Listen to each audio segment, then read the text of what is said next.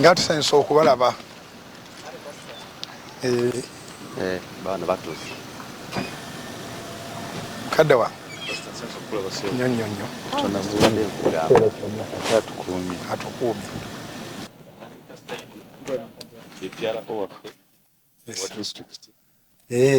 Gwe nayogera naye nayogera n'aluwa yatwala ettwale lino lye tulimu erinde Mayumba saidi yaffe yayogera n'omukansula ne bakutwala tandika n'ekyo ekifaananyi yambuulira byonna ebifi nsanyuse ono Saidi ono ye Saidi yogera amannya ge yanjye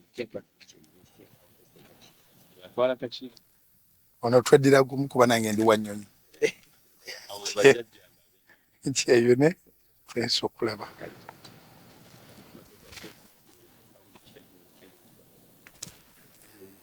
engabi tukirya engayo wagirabako gye bakutte n'ogamba abalala bagirye nsanyusa obalaba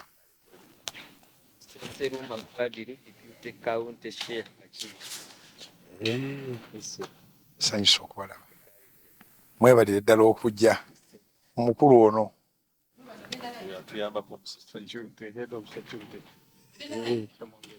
Okay, atulaba ku Soul TV andowooza owulidde ebimu ku bigambo ebyabagenyi abakyaliddeko Pastor Aloysius Bugingo nga bakulembeddwa mu Sheikh Elias era nga ye district card owewakiso nga werekeddwako abasheikh abawerako. Of course sawa zino bagenda kubanga bagenda mu nsinkano yaabwe babiri naye ng'ebisingako tugenda kubanga tubibatuusaako mawulire gaffe naye tujja kubanga tufunako ku chance sobola okubanga twogerako naye tumubuuze mainly bwe yawulira ebyatuuka ku nsumba Aloysius Bugingo byamusangawa nalwaki yasazeewo okubanga atuuka okujja okumukyalirako olunaku olwaleero.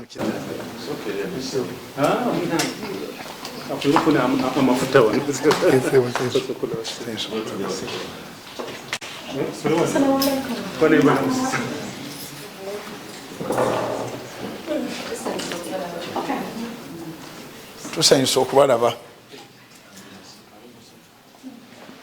twasanyuka nnyo bwe twalaba obuwandiiko obwo ne tugamba ffe baani so tweyanziza okuba nga ate bye twalaba mu biwandiiko mubituukiriza naye ng'omulamwa gwaffe gwe twajjiddeko gwe kusaasira ebyakutuukako gye nfuddeko awo era n'okusaba Katonda bibeere nga tebiddamu biyite eyo bbali kyekyatuleese ekisingira ddala obukulu wadde nga waliwo n'ebiraliira. Kaakati kyetugenda okukola Sheikh Katangawuzi bamuyita Sheikh Katangawuzi Siraj Rahman oyo agenda okukulembera okusaba. Njagala okuwaayo President General w'amaka gano mu mikono gy'omutonzi wamu n'abagenyi bo abaleero. Katonda amaka gano n'abagenyi baamu abaleero atuteekeko omukono gwo ogw'okusaasira, amuteekeko omukono gw'emikisa. Saba Katonda w'ekitiibwa mu buyinza bwo okwalako okusaasira kwo okungi era okugazi oteeke okusaasira n'omukisa mu maka gano, oteeke omukisa n'okusaasira mu bagenyi abakyalidde amaka gano. Katonda onyweze enkolagana ey'obwa Sseruganda mu bantu b'amaka gano wamu n'abagenyi n'abantu abalala be bakulembera. Katonda w'ekitiibwa tukusaba enkolagana yaffe ogiseemu ebinnonogo ebeere ya nnamaddala si ya mankwetu. Tusaba Katonda otugaziirize mu byonna bye tulowooza ebirungi, otuteekeko okusaasira kwo mu zzadde lyaffe n'amaka, mu bagoberezi baffe be tukulembera, otuteekeko omukono gw'okusaasira kwo tukulembera abantu nga bw'oyagala. Sebo mukadde waffe alamula mu maka muno n'ekyalo n'ebisolo n'ebinyonyi ebiri wano mukwano gwaffe Pastor Bugingo, sebo district kadhi mukama waffe kusukira Wakiso y'obusiramu sebo secretary project Sheikh Bamatwale amira abakyala abo bwenna abali wano bannamawulire mwenna assalamu alaikum wa rahmatullahi wa barakatuh. Olwayo nina okwebaza nnyini buyinza ffe twakipanga ate n'akikola leero tuli wano era nga mu kyo kikakasa enkolagana eyaffe nga Wakiso Muslim District. Titwagala buli muweereza wa busiraamu tumutuukeko, muweereza w'eddiini yenna tumukole ki? Tumutuuseko olw'ensonga bakola omulimu omutume. Pasa Bujingo ze wenzize wano byonna mbyetegerezza, naye Joshua 2015 wagiwanika waggulu wali ng'egamba as for me and my house we will serve the chi. Kitegeeza ne waffe eno mu busiraamu kasoosa lwakola ebintu bya Katonda naye akola ebiki ebibyo okutuuka waggulu eno eyo essula yongera oginyweza. Omwogezi yagamba tekiri nti kyamakulu nnyo okwana abantu abangi naye bantu bameka bokutte kuki ku mutima tesinga obuki lwobanga omuntu akwettanira kitegeeza omukutte kuwakola ki ayagala. Sebo twagaliza oberenga enjiri ogikola ki sebo nkuliriza nenkulaba nenkola ki olusi waliwo nkoneramu ku dansi nemmanya enjiri ekoze eki enywedde naye nga kyonna tukikola olw'ensonga oli mu bantu bakutuma okolamu omuki omulimu. Era tusaba Mungu akunyweze mu nsonga eyo. Era Sheikh Tangawuzi edduwa gy'osomye wano tusabe Mungu byonna ebirimu abikwase kugamba nti buli omu amunule ku nsonga eyo. Nze Haji Sesanga Idrisa Magala Kiryange Enjovu nga ze sebo chairman wa district ya Wakiso eno gye bakugambye n'amatwale kati tugenda kusala mpaka 11 olw'ensonga obuweereza butuke ku muntu akola ki asembayo. Nga secretary bakugambye ffe obukulembeze bwaffe buvira ddala maka semaka kati nga gwe kiyamani wa makamu ate omukulembeze w'eddiini naye bw'ova ono sesitula ebigere n'ogenda ku muzikiti n'abagulira nti bayita omugi kati oyo imaamu yabakulembera n'agenda bagatta ku Sheikh Bamatwale b'okola ki b'olaba abantu. Kitegeeza nti programu yaffe nga constitution y'obusiraamu bweri yompange bulungi kubanga buli muntu alina okuba nga mukulembeze oba nga akulemberwa. So mu mbeera eyo ffe tunywezeza district yaffe Wakiso tutambulira awo. Bw'oba olina gw'oliraanye mutwere ku kusalaamu mugaye munne nga twawanga tuva ku makya mugaye munne nkwagaliza mirembe ate pastor akirabye wali emirembe waasoose. Islami wakafa biha min an-ni'ma. Allahumma salli ala sayidina Muhammad wa ala alihi wa ashabihi wa sallim.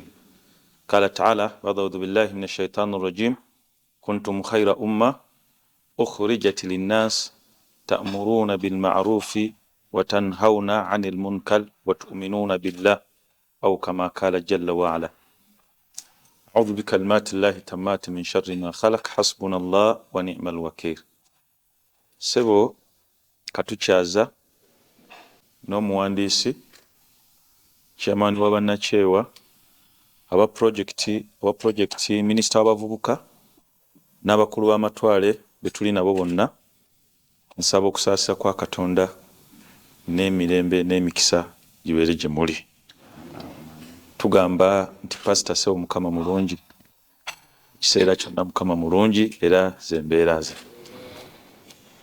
Nzikiriza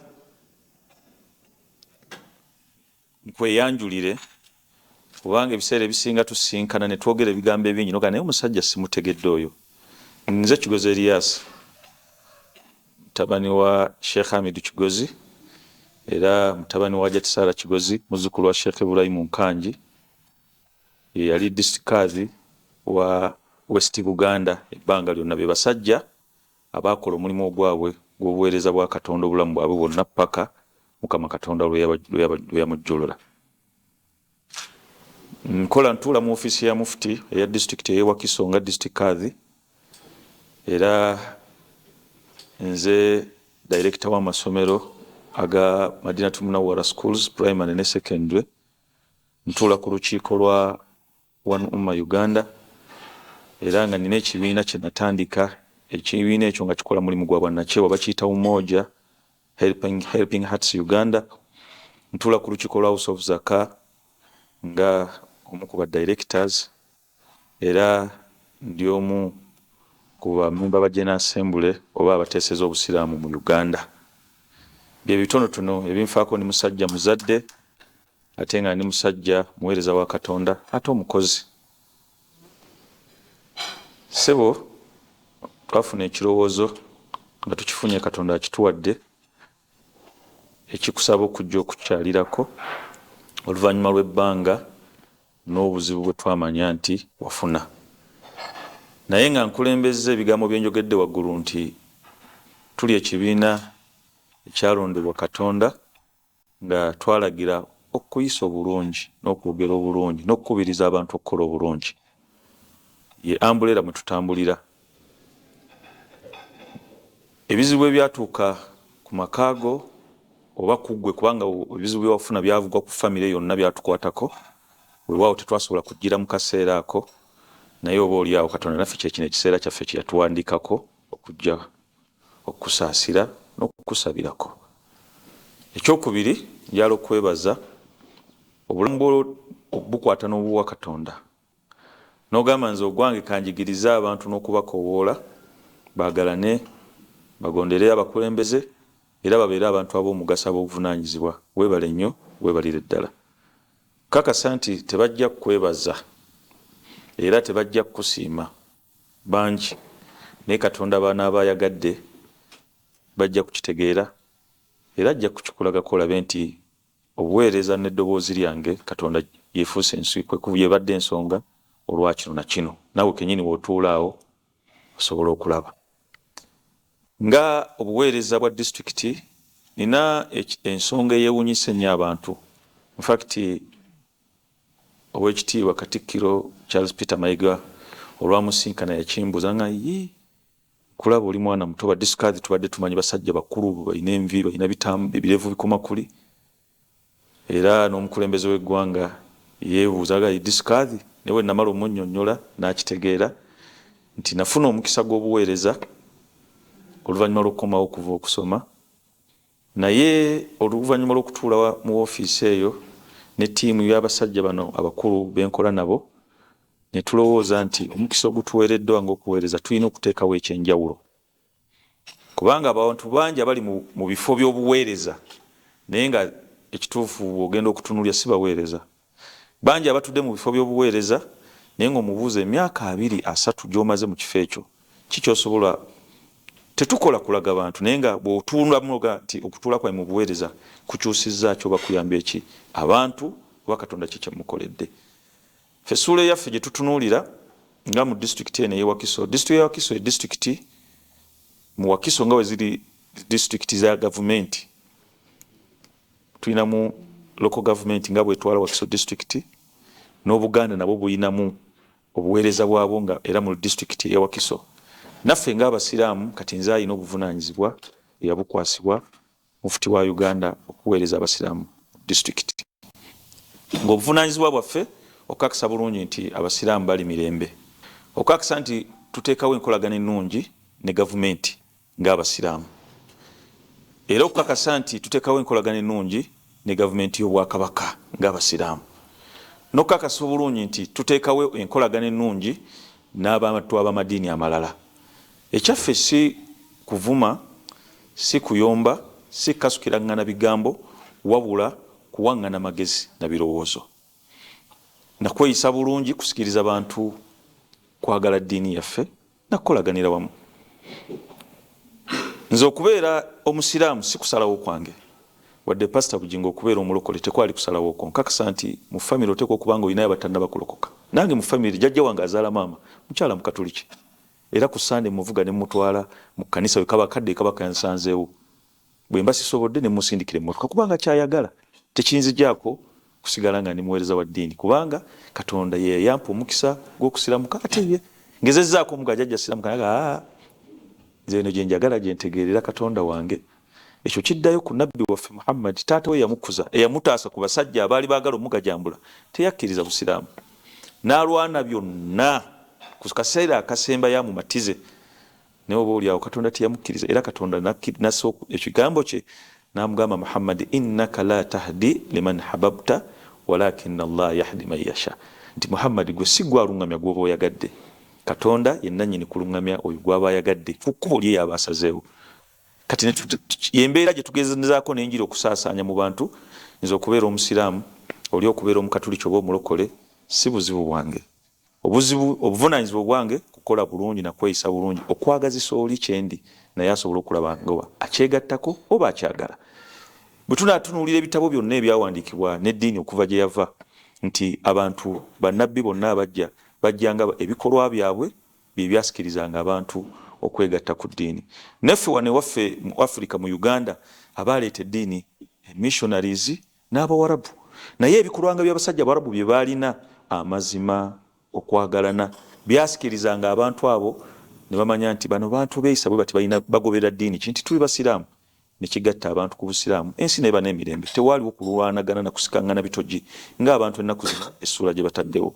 Ne tugamba ffe nga mu Wakiso katugezeeko tulabe ennyo nga tuteekawo essuula ennungi, kubanga nze nvunaanwa ku Wakiso, ebiri wabweru wa Wakiso si byange, naye nga Wakiso mu budde bwe ndi mu ofiisi byenvunaanwa kulaba nga ntereeza emirembe, ntereeza obukkakkamu, nteekawo enkolagana, nteekawo obwasseruganda. Tulina bingi ebitugatta, nkakasa nga ekyeddiini tukirina, naye ate ebirala tufaanagana. Omukka gw'okisigeni gwenizisa gw'oyagala, amazzi, biki byonna tuba tulina okufaanagana mu mbeera eyo. Kati ebitugatta bingi ate bye twawukanamu biyinza okuba ebitono, naye nga bizza okubeerawo olw'entegeera oba endowooza oba okusaasira kwa Mukama Katonda. So ekyo ne kibanga lyekkubo eritukeddeza ku makya, twakiraba nti kyetaagisa tujje tulabaganeko mu bwenyi, tumanyagane. Bw'oba otambula otyo omanye nti muno mulimu abasiraamu era abalina omukulembeze, ate naffe tukimanye nti mulimu omuweereza wa Katonda, omusajja wa Katonda asula mu disitulikiti eno. Mu ssanyu tuli wamu naawe, ne mu nnaku tuli wamu naawe, ne mu mbeera zonna eza bulijjo. Ensi ezimu abantu tebalina ddembe lyanzikiriza nga bwe tulina olwaleero, era ekyo njasaba nnyo bannaddiini bakitegeere. Tulina ensi ezimu ng'omuntu tebabakkiriza kwaziina oba tebabakkiriza kusaba, naye wano ezikiriza eddembe ly'eddiini. Tumwebaza omukulembeze w'eggwanga olw'okutuwa omukisa ogwo, tusobola okulaba nga tulina eddembe ery'okusinza. So oluvannyuma lw'okutuuzibwa n'enkakasibwa mu butongole, era n'abakulu b'amatwale bano twatandika ensonga y'okubatuuza. Twatandikira ku mulwatwale w'e Nansana, ne tumaliriza ne tutuuza ow'e Kachiri, ow'e Masuliita, ne tutuuza ow'e Gombe Kitaasa ne Kachiri. Twavudde kira naye nga twamukakasizza era mu kumutuuza. Mu kumutuuza abantu abo babaddewo ebbanga ddene nga baweereza naye nga tebalina instruments of power mu butongole. Kati essuula empya eno gye tuzudde gye tugenda tuteekawo, twagala tuteekawo essuula empya ng'omuntu yeetengeredde ng'omukulembeze mu nnaddiini ng'amanyi obuvunaanyizibwa bwe, era nga n'abantu bano bamanyi nti omuntu ono mukulembeze wa Katonda oba mukulembeze mu ddiini. So olwali tugenda kutuuza mukulembeze oyo ng'ennaku z'omwezi 26, naye enkola gye twakkiriziganya mu woofiisi ne tugala twagala tumutuuze. Ekisookera ddala tumala kukakasa buyigirize bwe.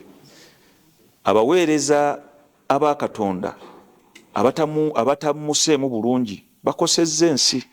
Byebyo byosangasanga byolaba ku social media, ti oli avaayo n'ateekako enkofiira, n'ateekako ekkanzu, n'atandika okwogera ebigambo ye n'alamula, naye omulimu gwa mufuti. Era n'osanga naye yeewa mu sayidi eyo oli n'avaayo ne yeeyita pasita, naye n'atandika okulamula by'ayagadde. N'omubuuza naye singa wabeerawo embeera eno y'okumugumizibwako n'akasengejja akagamba nti omuntu okufuuka kino alina kuyita mu kkubo lino, kye twatandise mu Wakiso, nkakasa nti kijja kuleeta emirembe n'okutereeza eggwanga lyaffe n'okutwaliza awamu. So omukulu w'ettwale oyo wetukakasa nti obuyigirize bwe n'empisa ze ne background ye ennungi nga tuvaayo mu lujjudde nga tumukakasa. Ekyokubiri alina okuba ne woofiisi wanaakolera emirimu gye twamaze okuteekateeka. Ekyokusatu kye twagaseeko okumukolera omukolo mu butongole, abantu bamulabe era bamukwase nti banna ab'Namayumba ensonga zonna okuyituuka ewa disikaadhi zirina kuyita mu imaamu ne zigenda omuli omukulu w'ettwale paka wa district kadhi.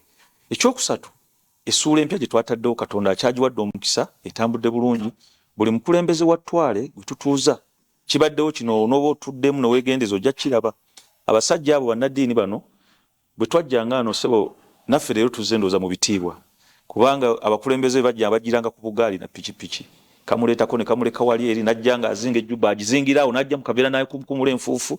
Naye ne tugamba nedda, olwali tuli ku mulembe gwa ntambula nnungi. Omuntu buli watambula obulungi asobola okulowooza, asobola okufumintiriza n'okukola service emututte. Ne tusalawo nti buli watwale gwe tutuuza tujja kusalanga amagezi tumufunire entambula. Katonda abadde mulungi nnyo mu nsonga eyo. Oyo Gola Ssekakatangawuzi yafuna emmotoka mpya. Era obulamu emabega bwali si bulungi, naye ennaku zino obulamu bulungi. Omukulu w'ettwale ly'e Kakiri ow'ennyonyi munno naye ssebo yeevuga. Era katumusu emirimu gyonna agikolera ddala nga malirivu era nga mutefutefu. Ekyo ne Masulita twakikola era ne twekolamu omulimu. Ne Gombe Kitaasa twavudde kira, era bwe twavudde kira kati ne kadde ewooyo. Kakati nga tuli ku mulimu gwa kumusalira magezi afune entambula ng'omukulembeze wa Katonda. Tusuubira nti omukulembeze wa Katonda yalina okubeera ekyokulabirako, okulabika obulungi, okutambula obulungi, okusula obulungi, okulya obulungi. Era pasita kino kirungi kubanga abantu batuyisangamu dda amaaso nga ye alowooza buli wonojja omukulembeze olwazze kusabiriza ani azze pasita gundi seeka gundi yeeraliikirira. Naye kakati abantu nange ssebo lyo V8 mwentambulira ntambula mu kkubo ate ennaku zino banzikiza n'oteekamu Kagombe si kuyimirira mu jjaamu kubanga lwaki tuli baweereza ba Katonda ate naffe tuli bantu banjawulo mu maaso ga Mukama Katonda. So tuli ku mulimu ogwo agenda kutuuzibwa tukusaba okkirize tubeere ffenna ku mukolo nga 26 bw'onooba otunuddemu nga ddala schedule tekwataganya nnyo kijja tukola bulungi okukulabako ku mukolo ogwo ng'ennaku z'omwezi ezo. Ekyokubiri omulimu olw'okuba nti oyo mukulembeze wa kitundu kyo era wuwo era kyonna ky'onooyagala kyonna nti mu ofiisi ya disikaadhi oyo omukubira kasimu nga njagala kaadhi oba muŋŋambire mpeerezeyo ku Kulaani njagala kuzisomamu kumanya oba muŋŋambire ajja nnyonnyolemu ku kino ku nsonga y'obusiraamu toddamu na kumenyeka abantu ku social media bakusumbuwa. Ebikwala n'obusiraamu tujja bikutaputiranga obitegeere kubanga kati nga ggwe omusajja omukubi w'enjiri olina okuba nga ebintu byonna obirina. Wali abantu abalondamu bye baagala olw'okwagala okuyisaawo ate nga ggwe enjiri yo yakujja abantu mu nzikiza ddala bateeka mu kitangaala. So kati ofunye eddaala oba ofunye olutindo olunaakugattanga ku ofiisi yatwala Namayumba era nga twagala omukakasa ng'ennaku z'omwezi 26. Pasita nkakasa nti akaseera olina katono. Twasuze tweraliikirira essa ne batugamba nti pasita akaseera alina katono era alina okukakasa mangu ddala asobola okuba ssebo tetwagala kutwala kadde kalungi naye tuli basanyufu okulaba nga okoze omulimu omulungi, okulaba nga abantu bakolamu omulimu omulungi n'oteekawo n'enkolagana ennungi mu madiini n'enkolagana ennungi ne gavumenti. Kye tugamba abantu era naffe kye kimu gye ssira tetukubiriza abantu okulaba nga babeera mu mbeera emu. Kyensembyayo ssebo ebiseera ebitannaba kuyita nafuna omukisa n'enkwasibwa obuvunaanyizibwa obwa interfaith mu ofiisi y'omukulembeze w'eggwanga ng'ekigendererwa mu kyo ayagala bannaddiini bano endowooza yaabwe agimanye bamuyambeko mu kulaba nga meseji ye netuuka nnyo mu makanisa etuuke nnyo mu mizikiti kubanga akibadde kitalikamu ssente nnyingi. Kati waliwo parish development model ne projekiti zonna ezibadde zijjawo naye otusanga abantu abamu tebabimanyi. Ne pasita gw'olina potential meeting abantu 15,000 buli mwaka buli lunaku oba oyagadde naye guba mutwalo n'oga nti njala ku meeting kati abantu 10,000. You have that potential. Ffe abasiraamu tusinkana emirundi 5 buli kanaku. Bayimaamu bonna basinkana abantu emirundi 5 buli kanaku ku swala ya subuhi dhuhuri asri. Kakati abantu bano mu kusinkana kwabwe nabo olumu ne tutabawa bikwatagana genda maaso na gavumenti abamu ne bafuna endowooza embi eri gavumenti ne kireeta ekifaananyi ekibi ne wabeera omanyi buli omuntu abanga tategedde sitaani ene teekawo ye omukisa n'emuteeka mu kyeyagala. Kati ssebo nakwasibwa obuvunaanyizibwa obwo era nga nkusaba okkirize oneegatteko sayidi ey'abalokole yonna tugikumeekume abantu tubeere nga tubagamba ebituufu ebikwatagana ne gavumenti era twalage ensonga ezo gavumenti zeyina esobola okugasa abantu n'obulungi gavumenti bwekoledde abantu kijja kutuyamba n'okutwala eggwanga lyaffe mu maaso. Ku lwa Katonda n'ensi yange nsaba Mukama Katonda olukyala luno alufuule lwa mikisa ate ereme kubeera nkomerero wabula ebeere etandikwa ebirungi wakati waffe ffenna. Mwebale nnyo kumpuliriza. Sigadde Kigozi Erias. Assalamu alaikum warahmatullahi wabarakatuh. Ekirowoozo ky'okulowooza nti nsaana okulambulako okusaasirako n'okusabirako mu nsi kyemmanyi ekiwangula Saala. Tewali kyakulwanyisa kyenkana Saala. Ekola wano, ekola ne gye tulaga. Wano ekutaasa ne bw'olaba nga wagaanye era stiru yeggulawo oluggi erudda eri. Ffe abalokole tugamba nti prayer is the master key. It opens the doors here. It opens the doors of heaven. Repentance is a prayer. Bwe weenenya era oba osabye kati okusalawo kuba kwa Katonda naye eyeenenya Katonda tamugaana. So esaala nkulu nnyo mwebala okulowooza okujja okundabako okunsaasirako siyinza kugamba nti mukeereye. Ensi erimu abantu bangi n'ebitutawaanyiza mu nsi nabyo bingi gye tuyita emitawaana gy'ensi. Nsobola okumanya ekikutteko era n'enkusaasirira wendi ate n'enkusabira naye ne sijja physically mangu, naye ng'ekituufu kiri nti waliwo abayinza okuba nga bajja physically nga tebakitegeeza ng'omuntu atanaba kuntuukako olwaleero. Ng'atantuukako kwolwo yakitegeeza era mu mutima gwe yali nange okusinga eyajja gwe sisobola kebera mutima gwe. So nsanyuse nnyo mwebale okujja era mmanyi tekibaguddeeko bugwi mu kiplaningidde. Naddala bw'obanga ogenda kusaasira omuntu nga togenda wekka, ttiimu yonna okugikunga si kyangu. Nsanyukidde n'obuvunaanyizibwa obwakuweebwa obusiraamu ate nsanyukidde nnyo obugunjufu obuli mundaayo nti oli muntu w'abantu, oli muntu mutegeevu ate oli muyigirize mu nzikirizayo. Bw'oyogera omuntu afunamu. Manyi nti toyinza kusinza Katonda ng'ensi ntabangufu. Era ffe Bayibuli etugamba okusabira ensi yaffe. Mu ngeri yonna Bayibuli etugamba okugondera abakulembeze. Naye nze nalina ensonga nnyingi lwaki njagala gavumenti eno si gye nazaalibwamu, nazaalibwa 72. Amini yali aliko ndoozi yali yakatwalira ddala obuyinza. 72 Novemba ngenda kuza omwezi 25. Omwaka guno nja kuweza emyaka 52 egy'obulamu. Naye gavumenti gyentegeereddemu yene ya His Excellency Yoweri Kaguta Museveni. Mwensomedde, mwempasiriza, mwenzaalidde, mwentegeeredde Kristo, mwendokokedde n'embeera mulokole omugoberezi, ate mwenfunidde okuyitibwa. N'okuyitibwa kwange tekukubibwangako mukono gwonna nga gavumenti yekikoze at least. So tusobodde okuba nga tubuulira enjiri eri abantu bonna ey'emirembe, kubanga Kristo yaleeta mirembe. Aga nti mutwole emirembe nga nze bwempa singa ensi bwewa. Ensi yo Yesu yaginnyonnyolako mu Yokaana 16:33. Samale yenge egamba nti mu nsi tujjudde ennaku njereere.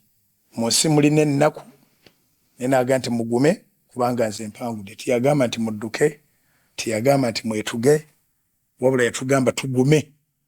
So bye tuyitamu byonna tuli bagumu kuba tumanyi waliwo eyawangula ensi era gwe twakkiriza Yesu Kristo. Tulina ettaka mu kibuga mu mulembe guno gavumenti eno. Ekazi 8.5 ziri ku kasozi k'e Makerere bayitawo Kikoni. Makerere Kikoni eka 8.5 twazigula mu 2015 mu Gwomukaaga ne tuzisasula ne tuzimalayo 2016 mu Gwomukaaga. Milioni za dola 2.5 twazisonda mu myezi 10 ne tusobola okugulawo. Tuli kanisa Nansangwa nzaalwa yakuno gye twandiise mu Lufuutifuuti an Indigenous Church. House of Prime Ministries International si kanisa yatandikibwa abamisani era tetulina mukono gwonna guva bweru. Kyetuva tussaamu bannayuganda ekitiibwa bonna all walks of life nti tusobola wabula baatulima tulina kubeera bamasiikiini naye tusobola era siri muntu goyinza oga nti banyimye visa ababambaaniza okutambula sina gye ntambula sina gye ndaga mbeera wano neeyagalira Uganda yange so wano emirembe egyatuweebwa His Excellency ng'akozesebwa Katonda gitusobozeseza okwegulira ettaka. Tulina radio stations 6, tulina TV eva ku free to air paka ku DSTV. Radio stations ezo 6 ziri mu regions ez'enjawulo naye nga ziweereza ekintu kyekimu. Tulina 17 Kampala, tulina 98 Katonyeze 2 Busoga, tulina 12 Mbale, tulina 97 Katonyeze 5 Mubende, tulina 90.3 Kyenda Katonyeze 3 Fort Portal, tulina 95 Katonyeze 0 eri Mbalala. So at least abawulira olulimi luno lwenjogera bonna bali covered ku radio naye nga TV national TV emalako wonna then ate neekwata ne region n'amawanga amalala kubanga tuva ku free to air yeekwata regions ezitali zimu ku Star Times ku Zuku ku Azam ku DSTV wonna weetuli naye nga precisely development eyo yonna ereeteddwa obukulembeze obulungi oba His Excellency Yoweri Kaguta Museveni nti titulwanira ku TV y'Abaganda bange bano UBC TV y'eggwanga okulabe kati omusiraamu tumugamba yangu yoveeko naffe twagala kujja. Museveni yaleeta opportunity eyo, government yaleeta opportunity mufune TV eyammwe, mufune radio ezammwe, mufune ettaka eryammwe, mufune mukkirize. Era kyogeddeko kikulu nnyo nti tulina eddembe eritali mu mawanga malala. Kituufu obusiraamu bulina gye buyigganyizibwa, obulokole bulina gye buyigganyizibwa, enzikiriza zonna tezirina mirembe mu nsi yonna naye wano e Uganda tulina emirembe. Structure yammwe eyo njagadde eteekwa okuba nga format yaleetebwa Musaayi Muto district kadhi waffe Mwami Kigozi ali mu control room y'ebintu bino byonna bamuyita Kigozi yakulira control room Salt Media. N'olwekyo ndowooza atuwulira n'asanyuka kuba bino bigenda butereevu mu control room. Enkola eyo eteekwa oba ereetebwa Musaayi Muto tugende paka ku muntu asembayo n'okukola omukwano n'enzikiriza endala. Abantu tulina okukkiririza mu coexistence. Mu diversity yonna gye tulina okuba nga tutegeera nti tuli omuntu ogwo. Era nsanyukira nnyo enkola eyo ey'okukolaganira ewamu kubanga bwe mba neetaaga omusaayi sijja kufuna gwa musiraamu oba nti kuba ndi musiraamu oba gwa mulokole oba kuba ndi mulokole. Omusaayi gujja kuva ku buli muntu yenna bajinoonya. Bwe tuba tukoze bizinensi tuyinza kugamba nti balokole bokka baba bagigulako. Era ojja kwetaaga buli muntu akyame ku supermarket yo oba buli muntu alinnye ebbaasi yo. So nze ku lwange ndaba ng'emirembe weegiri kyekimpagiza gavumenti ku nsonga enkulu ennyo eya interreligious council, akakiiko akatabira wamu eddiini. Ensonga eyo simbi n'akamu n'akatono wabula nze nzikiriza nti tulina emirembe egyo tuli bumu nga twali kibiina kitugasse nti tuli mu umbrella emu kubanga gye tuzze tukulira nga ekibiina ekyo tekiriiwo nga buli family erimu eddiini zonna era nga tewali family yali ettiŋŋanye ng'olutalo luvudde ku ddiini ezo. Abantu baba batabukira mu family batabukira bintu bye bagabana ebyenfuna ebyobusika taata byalesseewo ne bakubagana ne bakyawagana naye kizibu ogamba nti Abakatoliki baalwanaganya n'Abasiraamu abali mu family oba Abangerikani baalwanaganya n'abalokole abali mu family. Doctrine wise buli nzikiriza erina ebintu byekkiririzaamu nga tebitugaana kuwangaalira wamu naye nga bitugaana okusabira ewamu. Ekyokulabirako nzisaamu ekitiibwa mufuti wa Uganda Sheikh Ramadhan Mubajje, era musajja muyivu, obusiraamu abutegeera ate Munnayuganda omu ku basinga okuba nga bategeera. Naye apparently takkiriza nti Yesu mwana wa Katonda. To begin with, ate si musango obutakkiriza nti Yesu mwana wa Katonda. Era bw'aba nga takkiriza ekyo ekitandikirwako, then tetusobola kwambuka kugamba nti yafa ng'afiiriridde ebibi byaffe era n'azuukira mulamu atudde ku mukono ogwa ddyo ogwa Katonda kitaffe ng'atuwolereza.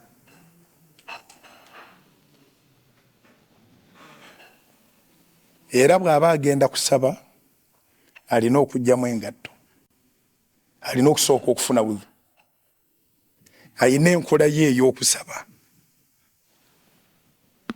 Kakati ate oweerubaga naye alina byakkiririzaamu nga naye tebayinza kuyomba era tebavumagana. So nzikiriza nti inter-religious as for me, era mu nsi muno mmanyiddwa nti ndi musajja mwerufu, ffe ng'abalokole kizibu nnyo okugigendamu. Naye tetuwakanya idea kubanga buli muntu ali entitled ku idea ye. Ffe ng'abalokole kizibu nnyo gigendamu, naye ffe ng'abalokole twaniriza abantu bonna ate naffe tugenda eri abantu bonna. Ekyewuunyisa nti mikwano gyange abasinga obungi gwe nkubira essimu nnamba emu nga nfunye ekizibu musiraamu, era siwulirangako munda mu nze nti asobola okunkola ekintu ekibi.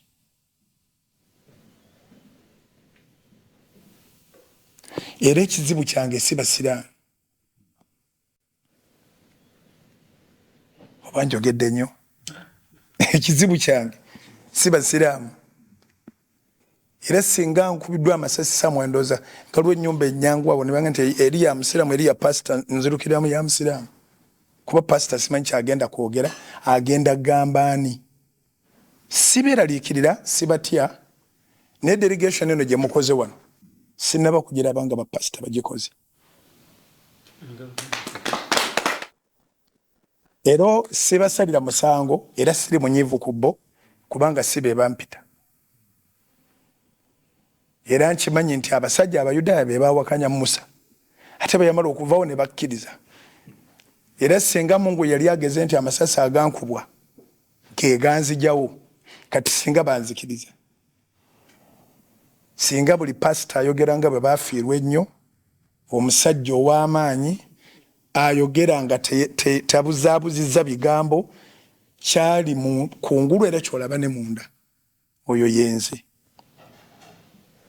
So idea eno seetaagana kuginsomesa olw'ensonga simanyi ku saidi yammwe bwe kiri, naye ku saidi yaffe Katonda waffe yeeyogerako ye yennyini nti wa bujja. Simanyi obusiraamu busomesa butya Katonda. Katonda ono bw'aba wa bujja, kati bwe tukola ennyumba ne tuteekamu bakatonda aba naye nga mwali, kubanga tekiri limited at least ku busiraamu na bulokole. Interreligious, whoever calls himself a religious person will be accepted. Botomukkiriza mu nsi gye tulimu kati aba yina okusuuwinga. Lwaki omuganya okuyingira mu ambuleera eddiini zonna mwe zikuŋŋaanira naye nga yaleese shiriki? Naye kati shiriki eba tekyali applicable since mwagasse mu nnyumba emu bakatonda bangi. So nagezaako ginoonyerezaako kubanga it's a good idea. Ndi muyivumu katono naye research gye nakola mu nsi eri waggulu gye tutali, buli ddiini mweri, oba Bahindu oba Babuddhism oba baki bonna mwebali. Wane waffe ekyalina sanity, erimu eddiini ntono naye abasamize lwe balikeera ku makya. In fact baakigezaako nyina video nga bayomba babagana okuyingira bakigezaako naye mu human rights is trending olwaleero basobola okuddamu ne basituka ne beekanga nga muguddewo olujja oluyingizaamu n'omusamize atalina kika kya Katonda gwayogerako. So nze bwe kuba kuweereza ddoboozi lyange kirungi UBC weeri ne SALT ate era kyembadde njogera bulijjo nzikiririza nti tewali muntu awalana munne lwa ddiini wano mu Uganda tetulina olutalo lwa ddiini. Wano mu Uganda buli nnyumba oba buli kika mulimu eddiini zonna kintabuli. Wano bwe mba nvudde kuno bwe ngenda Embaale nsula wa Mwami Hashim.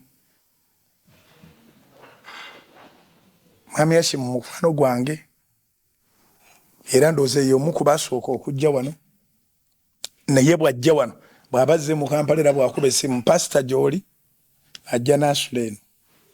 So tulina that total peace and harmony as humanity ng'abantu nga buli muntu akkiriza kyakkiriza naye nga tulina oluganda olwo.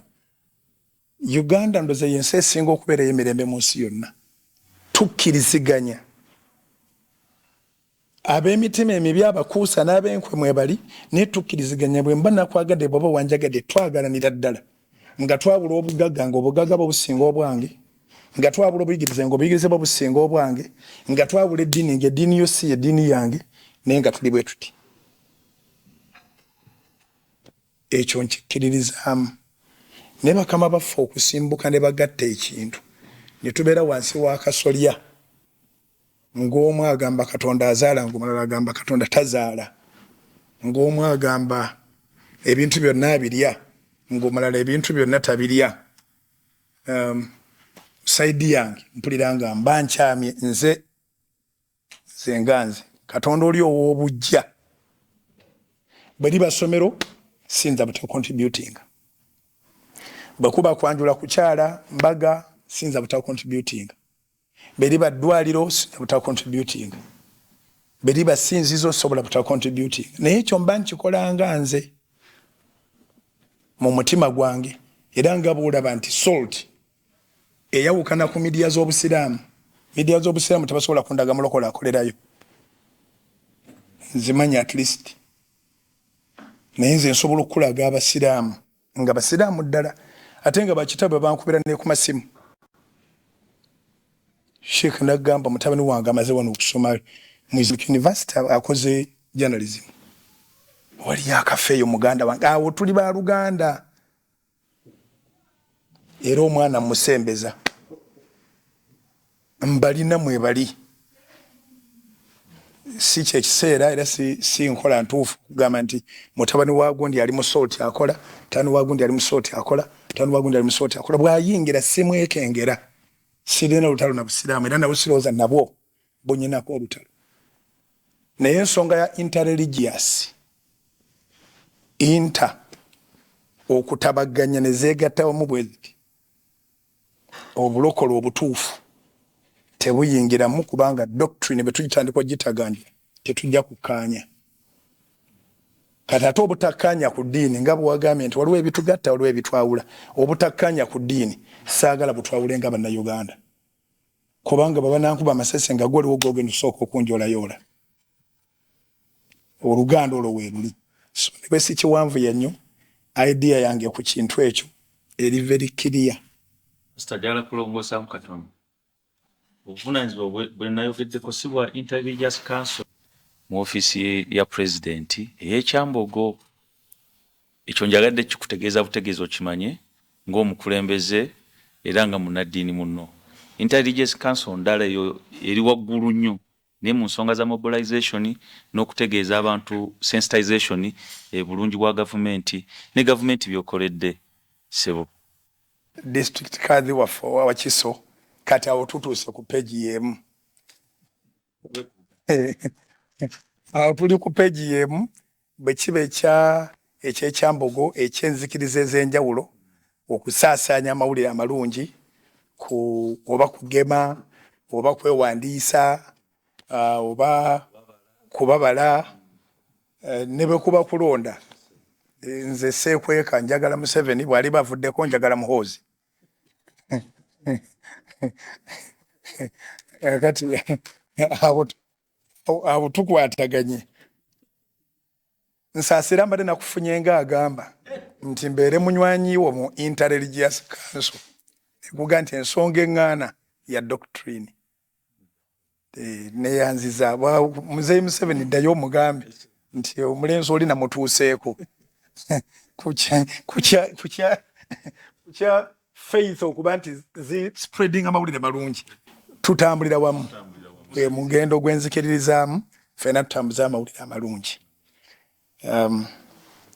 neyanziza ku ekyo kukya invitation y'okujja ku matikira ga muganda wange nyina kumala kubuuza sekretary wange oba omwezi gwatambudde dda kutuusa eno nga 16 kati nga 26 sisobola kuweeko meetinga okujjako nga ndabye program nga bweri ngaye obuvunaanyizibwa bw'obumanyi ebintu bino oyinza obutaba nabyo mu mutwe ate toteeka okweko meetingiramu excitement ate ogenda okulaba nga waliwo ecommitting adda ku kirala naye singa lunaazuuka nga luli free teri nsonga eŋŋaana kujja kumujagulizaako muganda wange olw'ekkula eryo ly'aba atuuseeko structure yo nnungi ya kivubuka erimu omusaayi omutwajulira nti ya bulamu bwereere Mukama akuteeremu obwangu bikutambulire bulungi ate waakatandika so ojja kgenda olinnyalinnya mpola mpola ng'okwagala kwa Katonda bwe kuli. Mbeeyanzizza mwenna mbasanyukidde era wano wabeera waggule kasita ntegeerako kubanga tubeera mu kyalo nga tukolera mu kibuga oba olina oga nti kantuule ninda abagenyi bange naye nga nsanyuse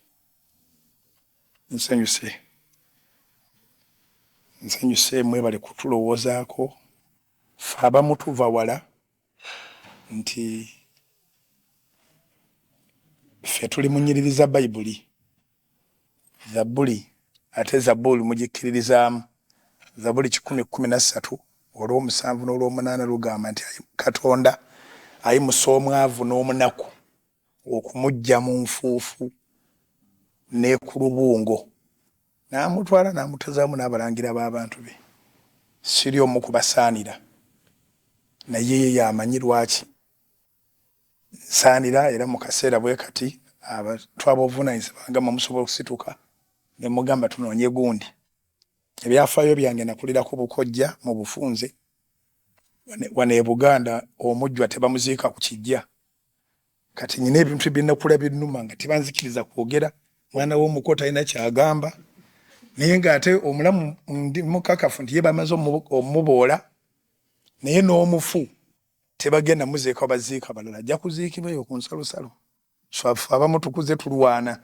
tebatuziikanga nga bo bapulaninga naye ebisinga obungi Mukama abikozeeko so sisaanidde ekitiibwa kyonna nkiddiza Katonda era nsanyuse nnyo okuba nti mundowoozezaako okuba mukwano gwo bw'ofuuka district kadhi era osigala oli sheeka bwe kiri kiri kitiibwa buno obwa seeka kwegamba chairman nyambaako seeka eba taito oluvannyuma gibako oluvannyuma lw'okusomya okuguse ka district kadhi baba bakutadde mu woofiisi y'obuweereza sheeka mumanyi kumanya essebo eri woofiisi naye si bino bya bulijjo kuba ennaku zino tulina abantu abakuze ekirevu obulungi n'akisaniyaga nabyo omusajja bwedda yeetalaba nalina ekirevu kati oyo n'ayambala ekkanzu obulungi n'asiba ekitambaala abantu bayinza omuyita seeka olw'endabika okitegedde naye wa seeka buba era omuntu okwogera ku nsonga tavaayo olw'endabika ye nti seeka jangu otusaaze olina kubanga okakoze okunoonyereza nti alina obukugu obumufuula seeka yasomera wa baani abamusomesa n'olyoka omukakasa nti ddala seeka nsanyuse amiina seeka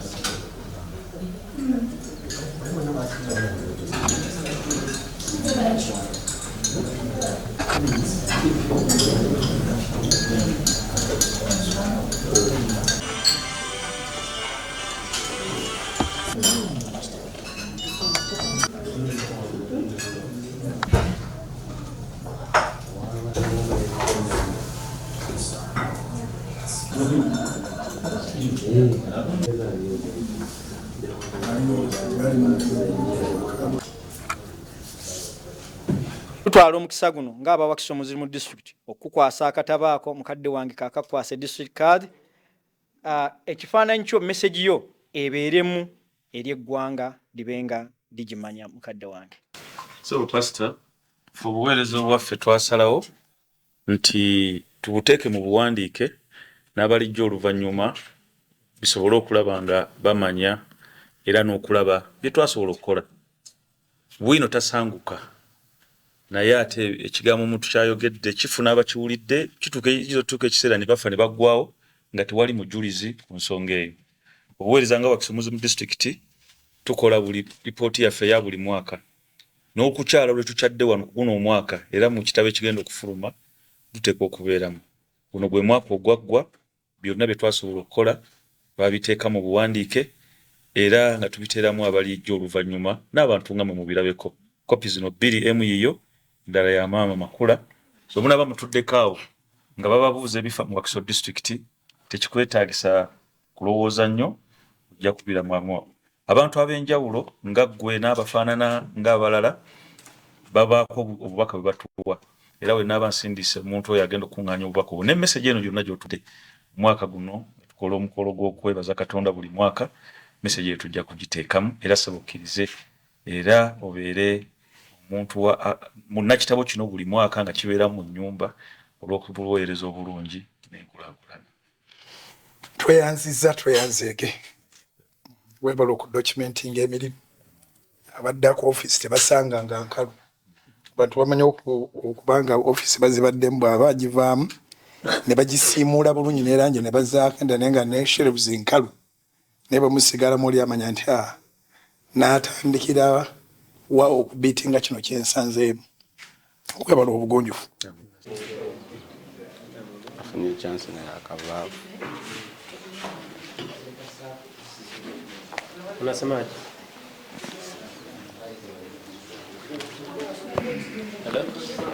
Temujjanga okwo buli lwe mulaba nga mufisizaawo akadde nga mugamba mwagala gendako mu kyalo ekyalo kye kino ekijja okutunyumira ffenna wamu.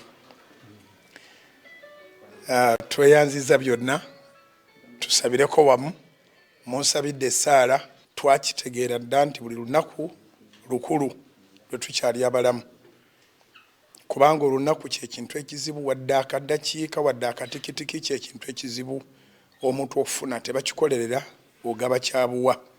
Webala okutuwa obudde bwonna webala okutuwa emyaka gy'otuwadde abasinga balona tuli bantu bakulu webala entalo z'otulwanidde webala byonna by'otuyisizaamu webala okuluŋŋamya baganda bange bano okujja ne bannoonyaako mu mbeera yonna gye nayitamu okujja okumpa ebigambo ebimbudaabuda ate n'essaala ze bansabidde. Nange Mukama mbasabira omukisa kubanga wampita era emyaka mingi kati emyaka 32 kigenda kwera emyaka 32 nga wandokola era bingi byonkoledde ate bingi byonkozesezza eri abantu. Mbasabira nange nga bwe bali wano obongera obukuumi kubanga batabeera balamu tetuna kutusinkanira kusobola kubanga tusanyukira wamu. Bongera obukuumi bawo obulamu n'obulamu bw'obawa nabwo bubeere bulamu, a life that is healthy, era baweereko obukuumi, protected life. Yingira mu birooto byabwe, bayina ebirooto ebyenzikiriza yaabwe naye bayina n'ebirooto ebya ssekinnoomu. Buli omu ayina famire bw'ayagala etambule, buli omu ayina bw'ayagala awangaale era akaddiwe. Bawo omukono gwo era bawo obugabirizi. Mbasabira ekisa kyo mu zzadde lyabwe baleme kuzaalira nsi ne bazaale abaana abatya Katonda n'abo abaliwo bennyini bateekeko obukuumi. Eyo gye babeera gye tutabeera gwe oba obeera n'abaana baffe. Ebigere bye baatambudde Mukama byakujja kulaba muweerezaawo. Bayibuli egamba nti nga birungi ebigere byabo abaleeta amawulire amalungi. Era nange nsaba ebigere bye bazzaayo ate birenga bijjudde omukisa. Bagende buli omu abeeko kyajjukira kiyalaba wano ate onkoze bulungi naye nsaba obakole bulungi okusinga bw'onkoze. yongera otuwa meeting bwe ziti, yongera otugabirira, yongera otulabirira, yongera otulwanirira, yongera Mukama okuswaza abalabe baffe nga buli kye batwagaliza tekitubaako nabo tetukibaagaliza kye batwagaliza n'akamu n'akatono naye balage nti oli w'amaanyi ate bakusenge busenzi babere nga bakukkiriza. Nsabye obulamu obweyagaza, nsabye bye tulidde ne bye tunywedde bwe wabaawo abadde omulwadde muffe ng'amanyi oba nga tamanyi, endwadde eyo Mukama ekolebweko bye tulidde ne bye tunywedde bifuula eddagala. Tulidde tuwulira nga tukkuse, ekyo kitegeeza nti tufunye proteins, tufunye emmere, naye Mukama bikyusa ate bibeere eddagala, endwadde ziwone, omuntu ave wano agambe nti pressure oba sukaali oba ekirwadde kyonna. Lwe twayingira mu nnyumba ya muweereza wa Mukama Bugingo kyawonerawo saddamu kiwulira, omusaayi gutambule bulungi, tugana clots mu bulamu bw'abantu bano bonna, mu bulamu bwaffe bwonna, amagezi gabeere mu mitwe gikole bulungi ddala, buli kimu kitambule bulungi. Omwaka guno kumpi tugutuuse makkati, naye gugweko ng'ebirooto by'omuntu yenna ali wano byatuukirira okusukka ne bwe yali abirowooza. Mbasabira essaala eva ku ntobo y'omutima gwange okulaba obulungi bwo, ayi Mukama, mu linnya lya Kristo Yesu Mukama waffe tusabye, amiina. Mukama abampeera omukisa.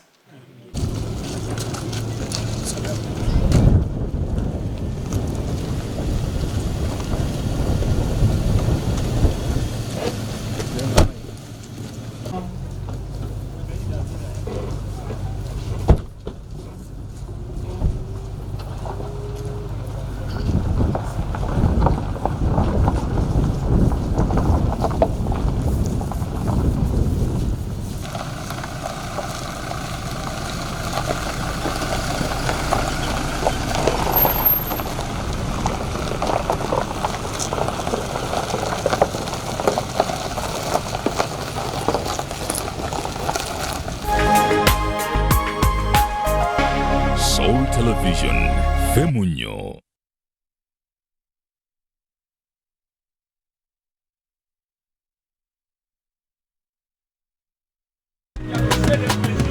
You used to tell me that I don't make you happy.